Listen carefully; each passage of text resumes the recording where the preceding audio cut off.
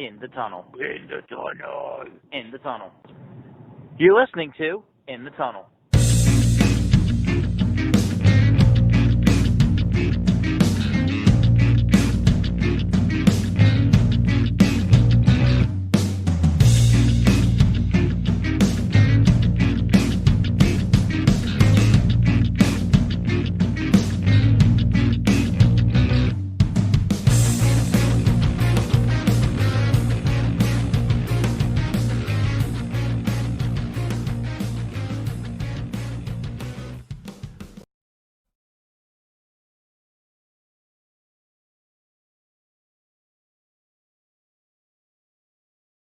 Oh yeah. Okay. I saw that. You showed me the shirt before. Oh no, I was going to do a bit on it. Oh. Our presenting sponsor. Totally fake company that doesn't exist. Yeah, that's what makes it perfect. So that's where. You ready? Yep. Hello and welcome to In the Tunnel, episode number 99. 99, and also the first first episode where we have a presenting sponsor. It's Stingray Enterprises. It is a fake company now accepting hiring bids. We do have a recently hired biologist as well as a CSO. We have a chief of HR. Okay. I serve as we have a president of business operations, and I have yet to figure out what my role is, despite the fact that I drew up all of this. So you're marketing director. I got it. Marketing director, yeah. I did create a Twitter page and immediately just like retweeted Draymond Green being pumped up picture from ESPN, and I said with the retweet, "This is the look of a guy who works for Stingray Enterprises." All right, well, let's get going. So, let's Right. finish the thing we started 2 months ago.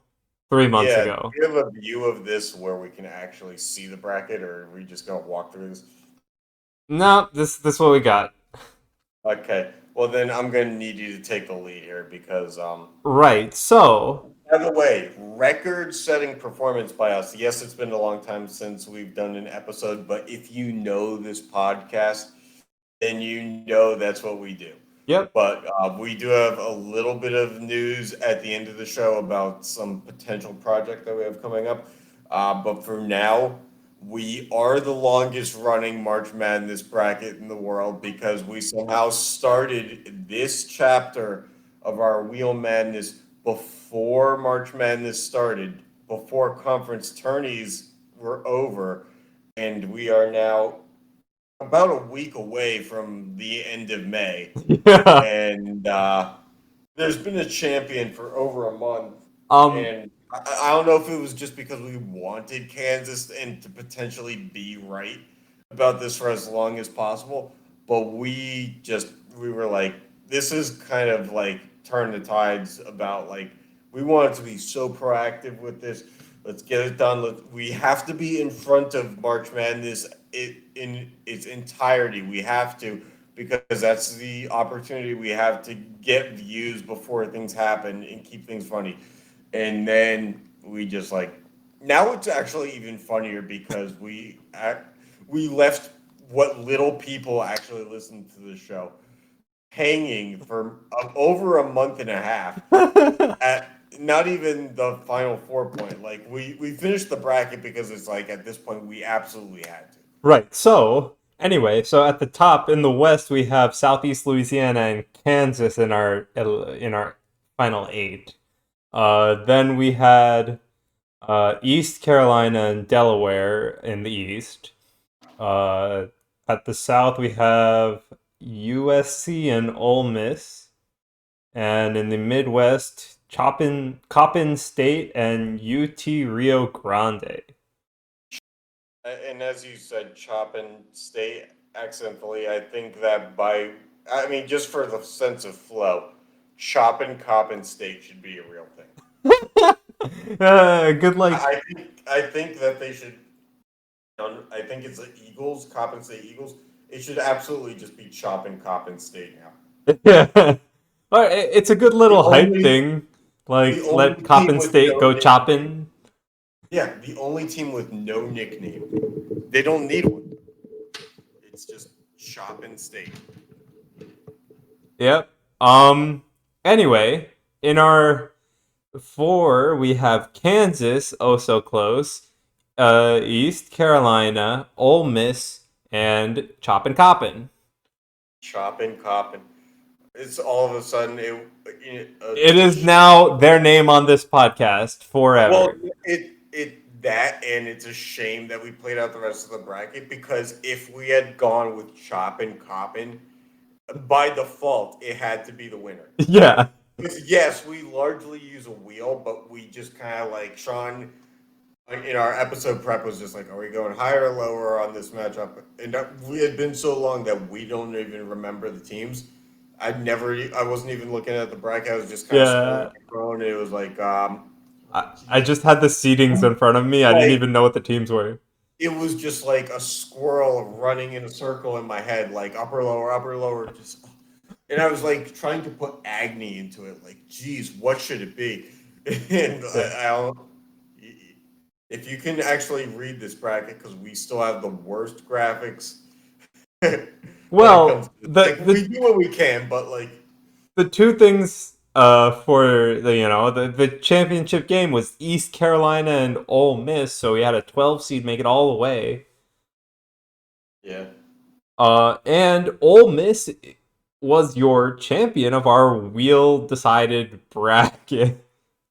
So I think this is the first time we had a Power Five school win the championship. Hmm? Because we went. I know we had the Chicago State, and I don't remember any of the We other had something champions. equally as bad last time. Yeah. So I mean, record wise, I think Ole Miss is equally as bad, but Yes. Yes, definitely.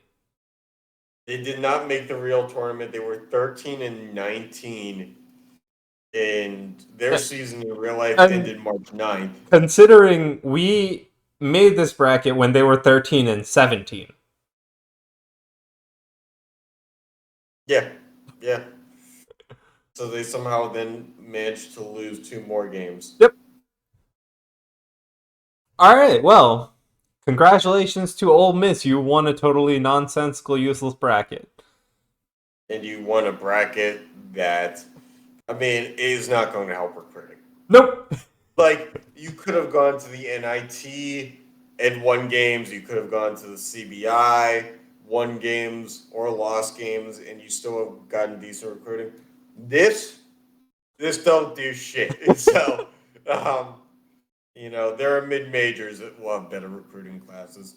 Yep. All right. And there's Well, there's on a good chance that Ole Miss in real life fired their coach after this season. anyway, on to the NBA.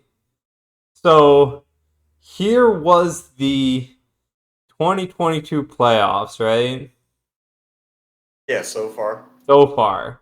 Um, Wait, Kermit Davis? That's the Ole Miss basketball coach. His name is Kermit.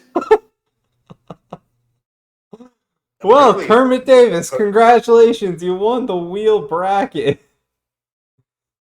oh my god, this is amazing. This is like better than Um, what we're about to talk about. anyway, on to the NBA playoffs, right? Okay. On one side of the bracket, we have the 1-2 seed in the Celtics and the Heat make it all the way through to their conference Yeah. final. Mm-hmm. On the other side, we have the Suns get upset by the Timberwolves, right? No, not the Timberwolves, the Mavericks. Mavericks, sorry. And if you watch the games, you would know there was no upset there. Like, Well, I'm talking about a seeding upset, not a. okay, well, if we're gonna go seeding upset in terms of record, then the Suns losing a single game would have been like the upset of the whole fucking NBA playoffs, because they were 8 games ahead. That they were basically 2 series worth of wins ahead.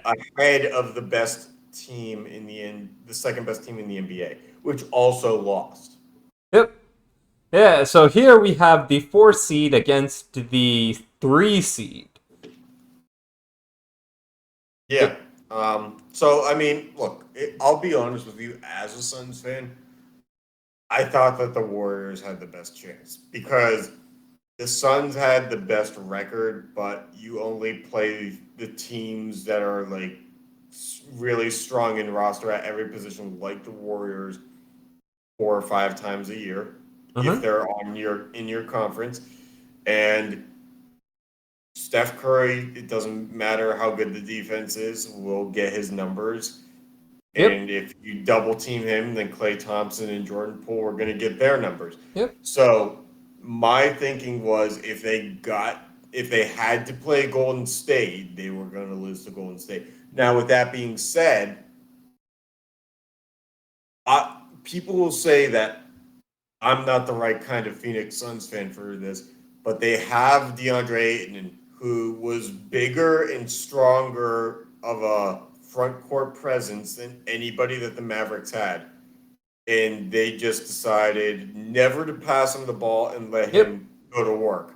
So, and then once they were down 20 in games, they had to shoot the 3 and try to get out of it, which was what the Mavericks were defending well. And they lost games because they never adjusted and they never tried to like fight back.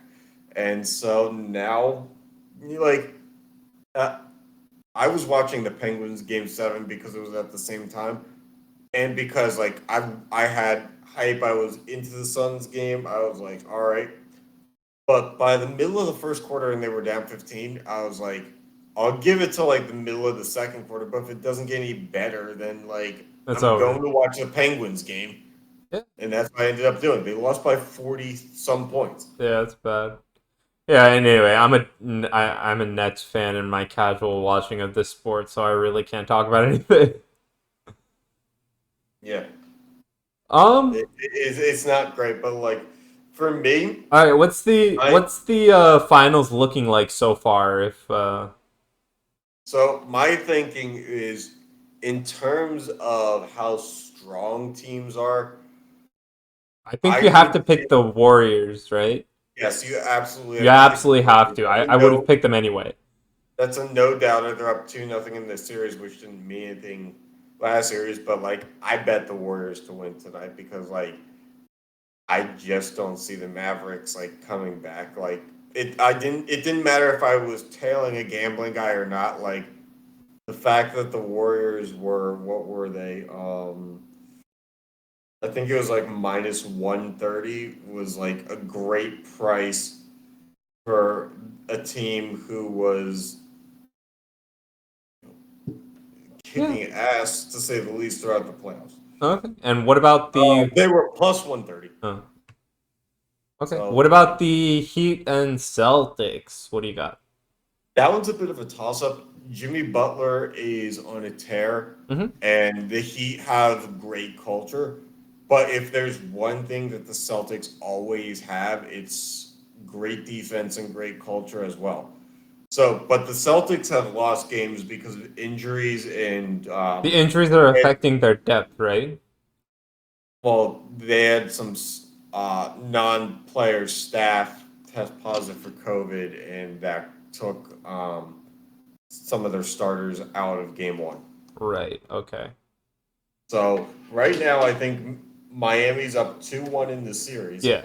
but like it's hard for me to put past anything. Like it feels like the Celtics year, Uh-huh. just because they went from middle of the pack around the All Star break to absolutely going on a tear. And you know as well as I do, hockey, basketball, whatever it is, it's the team that goes into the playoffs hot that's the most dangerous. Mm-hmm. And yes, the Heat over the course of the year are very good, but for me, I think unfortunately, as much as you and I hate Boston winning championships, and I saw that eye roll, and I can only hope that it's for the same reason.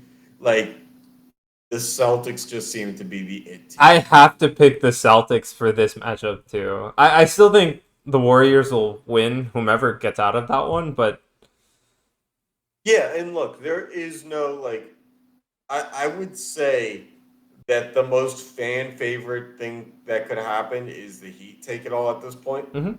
Because like there is no anti-Boston shit. The Heat, like, yeah, they had the LeBron era and stuff like that, but the fact that they didn't need a big three or a big four this time around, like, yeah, they have good players and Kyle Lowry, and they've got good supporting cast, but like their their supporting cast is nowhere near all-star talent at that point in I their mean it's career. definitely not LeBron era. So there's that.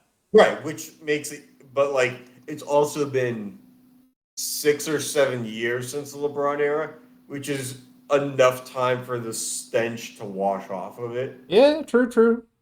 So, like, for me, my rooting interest will be Miami. Okay. Uh, so, yeah. Okay, yeah, fair enough. All Uh, right, well, I think it's a tough draw for anybody how against. about the draft lottery? All right, so, like, now we look at the other side of things, the best of the worst. Um, so it's an interesting poll because, like, the last time that the Magic had the number one overall draft pick, they took Dwight Howard. Worked pretty well for them until Dwight kind of fell off a cliff. But by then, I mean, it was they got already enough gone. usable years out of Dwight Howard that you can't say it was like a problem. Yeah, well, no, like they got the haul back that they needed. Yeah. Like they got a good haul for Dwight Howard. The thing is when you trade with the Lakers, like a lot of those picks and stuff don't actually turn into anything. So Yep. like the Magic at best were a 7 seed Hmm. in the years following. Now, this is going to be the interesting thing. Do they take Jabari Smith from Auburn, who is an absolute scorer, can handle, and can kind of do it all? And I think he's like 6'9", 6'10". Or do they do what a lot of mock drafts seem to have thought for the past 10 months and go with the lengthy, skinny dude, Chet Holmgren from Gonzaga? I am of the opinion that Holmgren should be nowhere near the top 10. Because if you see, Once you say Gonzaga, well, no, I automatically it's not. assume you're gonna say something. No, I challenge you to look up Chet Holmgren right now and tell me that this dude isn't going to get, you know, there's going to be a rebound where his twig body goes up for it. Somebody's going to step on his foot. And he It's snaps going in to half. crunch. Yeah, this is Okay. bad news. Okay. Like 7 foot guys with no muscle and like especially in the legs, if you could like do the leg test and like your thighs are like nowhere near touching each other because that's how skinny you are, you need more meat on your bone, and I wouldn't put you on an NBA court until you have Some more double the muscle. weight, double the muscle on your bones. And like for him, some fat would actually be healthy. You need something surrounded the tissue, and you need something surrounding the bones. And like I have to look up a picture of him to put. I mean, I believe you. I'm not gonna challenge Oh, that. But so what do you think of the order though for the rest of the bottom teams? So we well, have Oklahoma City's in a good spot because they're doing what they need to do. They've been acquiring picks for years. And by the way, this is what we're talking about here. okay. He's literally bones. Okay, Yeah, skin and bones. literally bones.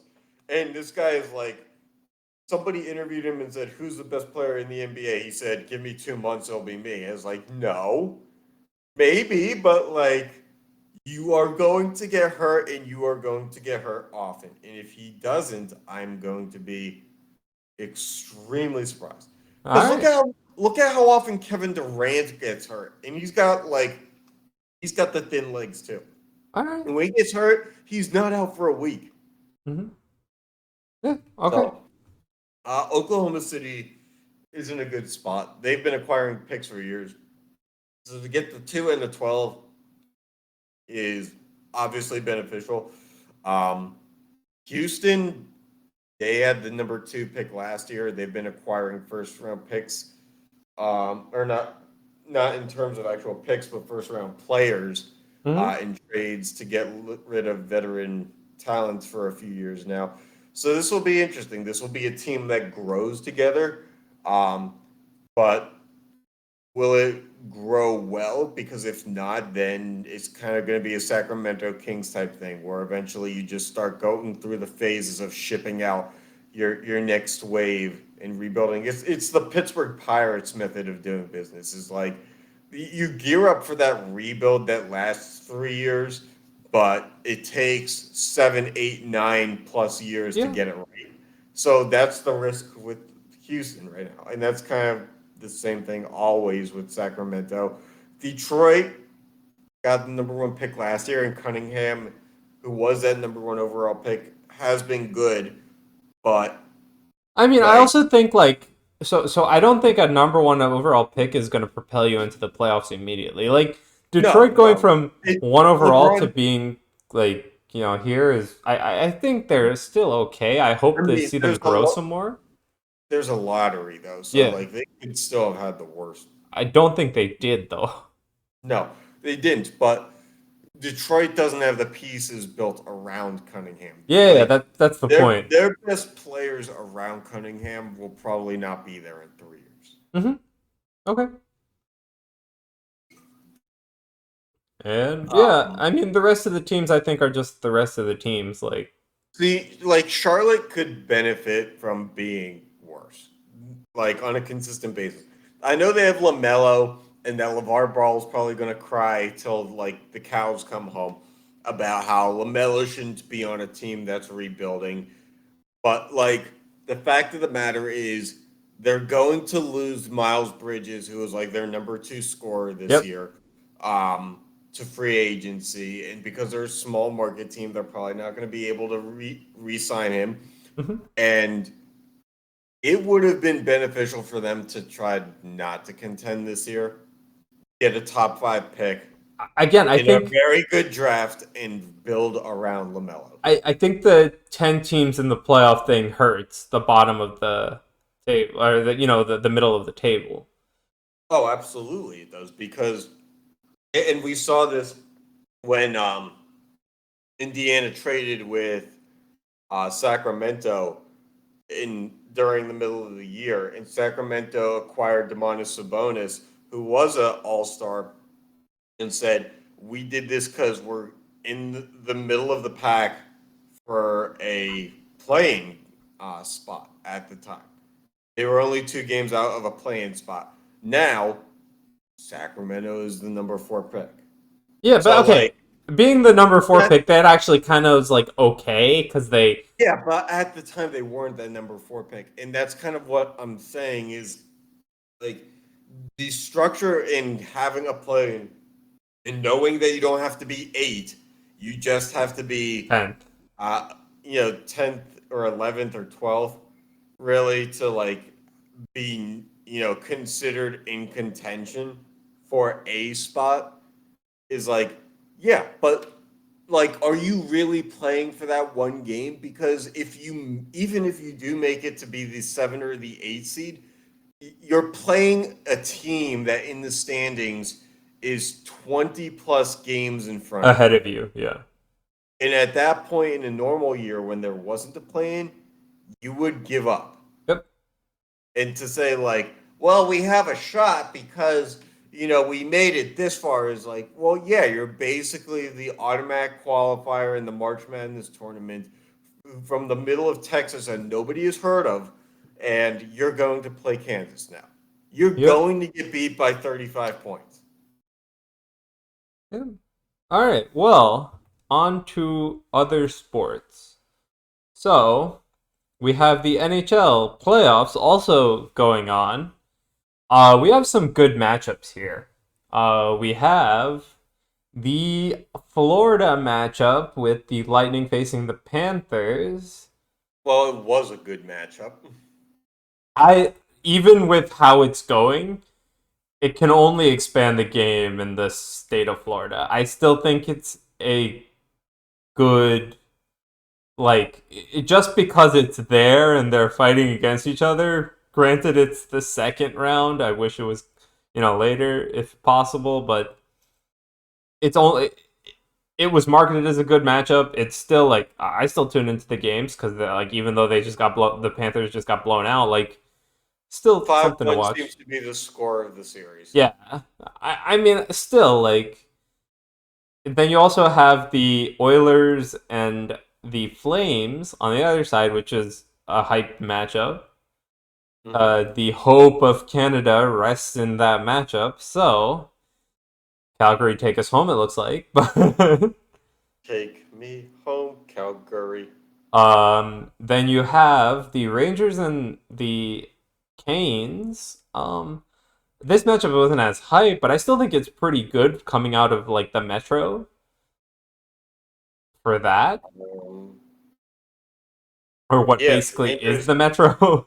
Well, the Rangers did win a game, Yeah. so unlike the Lightning series, it does have a But 2 game I'm saying long. there were two hype series going into this round, and that's only good for the NHL's popularity at this time, which was the Florida series and the Canada series, basically. Mm-hmm. And even though they're not turning out they're turning out at least the Florida series is turning out to be a blowout. It's still only good for the game because you have those two teams made it pretty far. You can't discount what the Panthers have done, even though they're losing this bad, right? In the Canada situation, you can totally blame the Maple Leafs for not being the third Canadian team in the playoffs still. Yeah, it's an interesting. And unfortunately, the structure of the playoffs has been. I gotta get back into the camera here. I'm dealing with a different camera today, and it's fucking me over here. I kind of computer built now doesn't have a widescreen webcam.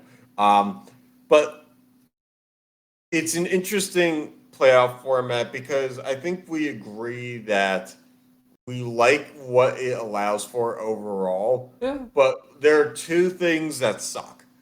And one is you rarely see a playoff matchup between division rivals for the conference final because it is settled in the semis or the quarters. Yeah, or The opening 2 rounds. so in the case of the Metro, let's say, right? You have the Capitals on the Atlantic side of the bracket, and you have every other Metro team on the um what I'll say is the Metro side of the bracket, right? So the likelihood that Capitals come out of it because they're wild card 2 in this case, right? Is very low. Whereas the Bruins also face that issue, so you can't have an Atlantic v Atlantic in the conference finals. That's just how it's played out. But because both Florida teams are there in that division, it makes for a good round. And so at the same time, it's fine, I guess. I mean, if you're a Canadian hockey fan, the Canadians are just not good. The Canucks are just not good. So you're not getting any teams out of aside from the Maple Leafs and the Oilers and Flames out of into the Stanley Cup at any time. It's just not happening. Like I still think as much as it plays around with the matchups, the first round matchups are still pretty decent. You got to say that the Tampa Bay and the Maple Leaf series was good. Obviously, it's sad for Canada hockey fans, but still, they made on the east side of the bracket. You had 3-4-3s. I'm pretty sure, right? Mm-hmm. And 1-4-2. You can't say that it doesn't work in that sense. I mean, and I don't know. Sorry, I've been kind of like back and forth here, but for me, the biggest disappointment is the formatting of Canadian teams. But I Like, mean that's also a problem with there's only 6 of them and two of them just suck, right? The Canadians and the Canucks. in the Maple Leafs, pretty much.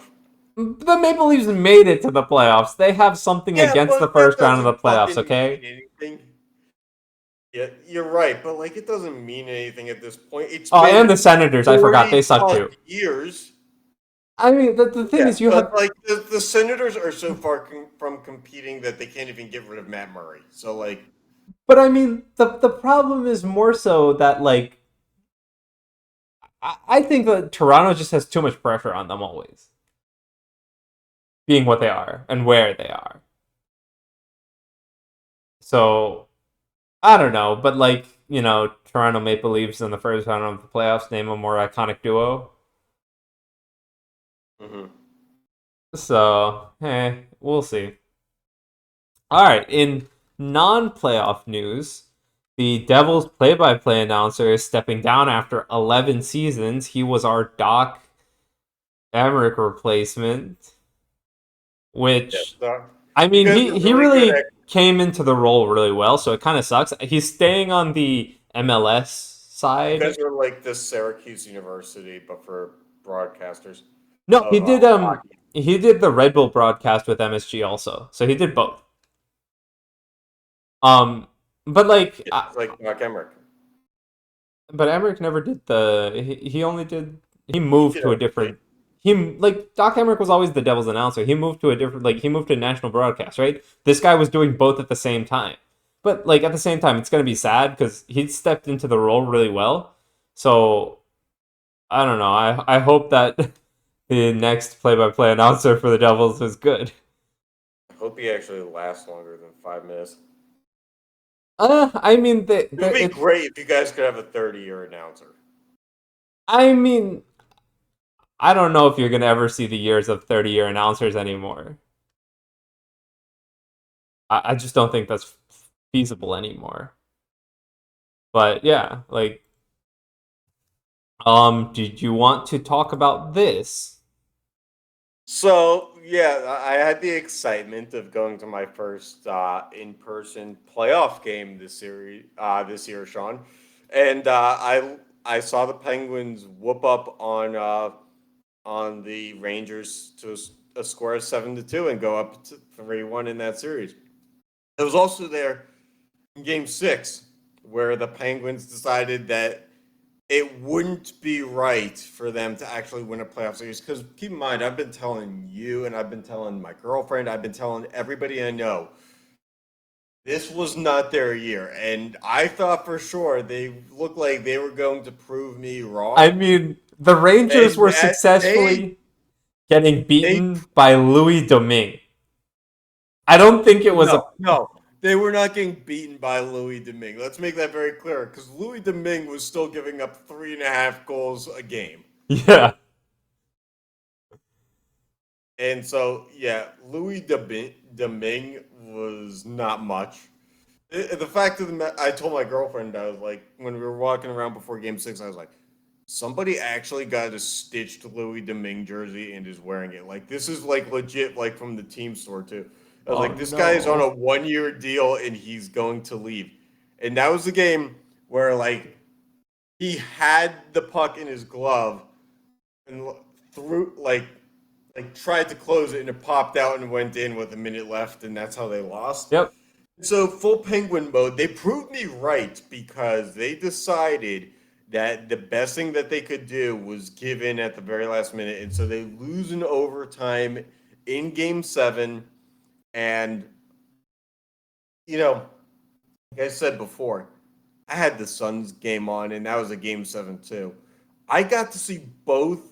Like last year, the Suns made it to the finals. I wasn't expecting the finals this year, but like I was hoping I would have had another 2 weeks to like sink everything into one team, whether it be the Penguins or the Suns. And they just decided Neither to of it. kill. both games, I mean, yes, the Suns were getting blown out, but both games went final within minutes of each other. And so I went from having two teams to invest into to being like, well, I guess I gotta fucking find hobbies again because like this is bad. I mean, you could be like me and have no teams to invest into because you had no hope in the Brooklyn Nets to begin with. Yeah, but you were smart because every fucking media expert was like, the Brooklyn Nets are the only team that can win this series. And it's like, have you seen their bench? Like their bench is like being held up by guys who I'm pretty sure never played for the Suns back when Steve Nash was playing in Arizona. Yep.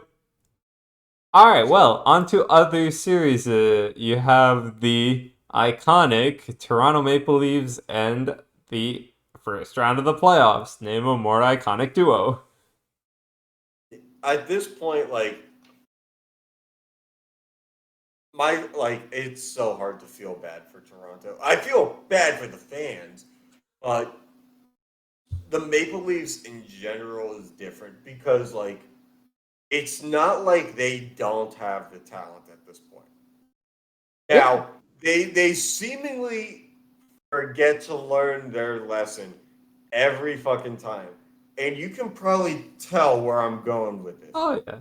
Having a franchise goaltender or even an above average goaltender who you can rely on is way more important than having a third line center Yeah, but worth there's also 7 million. something to be said about spending $10 million a year on that goaltender.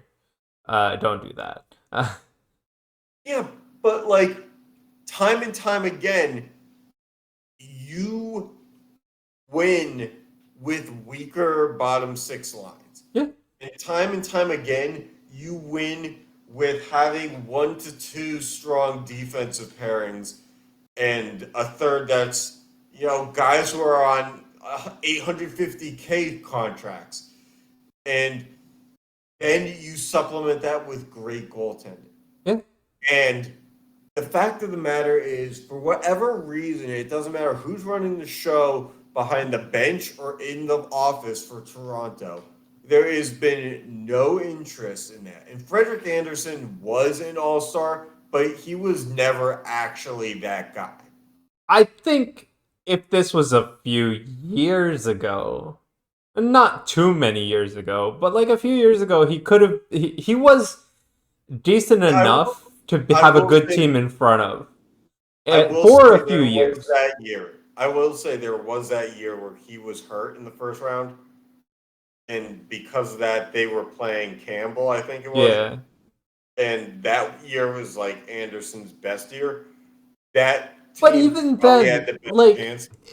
that year aside, where it was his best year, like he's still been very serviceable as a goalie for a few years Other around teams, that. other teams though, he's in Carolina. Yeah, But Carolina has gotten further, but the reason why I'll never consider them to be the favorites for the cup yet is because of that same reason. You can't beat James Reimer and Frederik Andersen. yeah. And so, but this year, let's say what it is. The Maple Leafs were still very good, and they forced a game 7 against a team on a quest for a three-peat. Mm-hmm. That is saying something because that means any other team, they probably break that streak. Because Right, but they. Tampa wakes up and has that chip on their shoulder that Yep, nobody seems to carry into the playoffs every year like they do. yep. And so from there it gets dicey because you you can't just run into Tampa every time. Mm-hmm. But hey, I mean, with how the Panthers played versus how the Maple Leafs played in the regular season, I guess you can. I guess, but because of how much money they've tied up into their top six, eventually the talent is going to sink and they're going to be screwed again. Yeah. All right. Well, do you want to talk about coming soon. Yeah, so I had an idea the other day. I think as much fun as it's been to do the comedic side of sports, and I don't think that we're done doing that, but I think that shouldn't be the basis for everything we do. I think we're going to start looking into an investigative kind of piece every now and then, where we do an analytical deep dive on what could have been scenarios. Yeah. So the one that I pitched to Sean was based off of when the Heat eliminated the 76ers last week, or the week before, and Jimmy Butler said that uh, the Sixers should have kept him instead of Tobias Harris. Mm-hmm. And I think one of the things that, because we live in a world where everybody looks at the paper roster and says that's a wrap, it would have been fun to take a bit of a deep dive into that, look at win shares, look at statistics, to see, okay, if the 76ers did keep Jimmy Butler, like what would the team statistics have been compared to teams that they ended up playing against, Yeah. what their record may have been. So to see if it actually would have made sense. I mean, you also have to look at what they would have had to given up to keep Right. Butler. So if Tobias Harris doesn't resign, his numbers are subtracted. Somebody else's numbers are likely subtracted too. And then you add in Butler's, and Yep. maybe like your average mid-level exception player, and see what that would have given the 76ers to win a title or not. Yeah. And there's probably a lot of evidence to support both ways, but we live in an era now where the deep dive part is lost. So I think that would be a cool thing to do. So maybe we'll be looking into that. That may mean that some episodes are a couple weeks spaced out when we actually do plan them and do go through them regularly scheduled. So, because that's going to take some planning sessions from Sean and I to actually put those things together. Yep. But I think once we start doing this, our plan is going to be rotation of the core four sports: basketball, baseball, hockey, and football. Not in any specific order, but a rotation just to see what we can find out. Because I'm sure there's examples of this everywhere. We just gotta find like really good ones, and that research in itself is not the easiest. Yeah. All right. Well, next time, hopefully in 2 weeks or so, you'll see us with episode 100, which we are probably not doing anything special for. We'll have a regularly scheduled episode. Yeah, maybe I'll make a logo or PowerPoint, but who actually gives a shit? Yeah, so thanks for 100 episodes of a podcast doesn't mean anything anymore. hey, for us it's Not 3 years. Yeah. Yeah. And as I told Sean, the sad thing is that in our first like year and a half, we actually did episodes every week. Every week or every other week. Every week, every 10 days, every other week. But like we were like bang bang straight on. Yep. Like neither of us had dating lives, neither of us had, I wasn't in grad school. And like poor Sean, because he's had to deal with like, I went from grad school to moving to new job to dating life to moving again to finishing grad school to searching for new jobs. And all of that was like, I just wanted to put down everything I was doing and like play video games and like have left Sean on the hook, Yeah. Meanwhile, waiting for me to hit him up for the next episode. I had my, at least recently, I had my fair share of moving new job. Well, new Yeah, job has you been have, 2 years, but like, but moving at least. you have, but like, I keep the headlines coming continuous. Yeah. Hey, it's all right. Well, anyway, thanks for I tuning in. started a fake company. Yeah, you can do it. Anyway, yeah. Uh, Thanks for tuning in, and we'll catch you next time. Stingray Enterprises, if you want to work for us, just drop a comment. Hit me up on Twitter, Facebook, I don't care.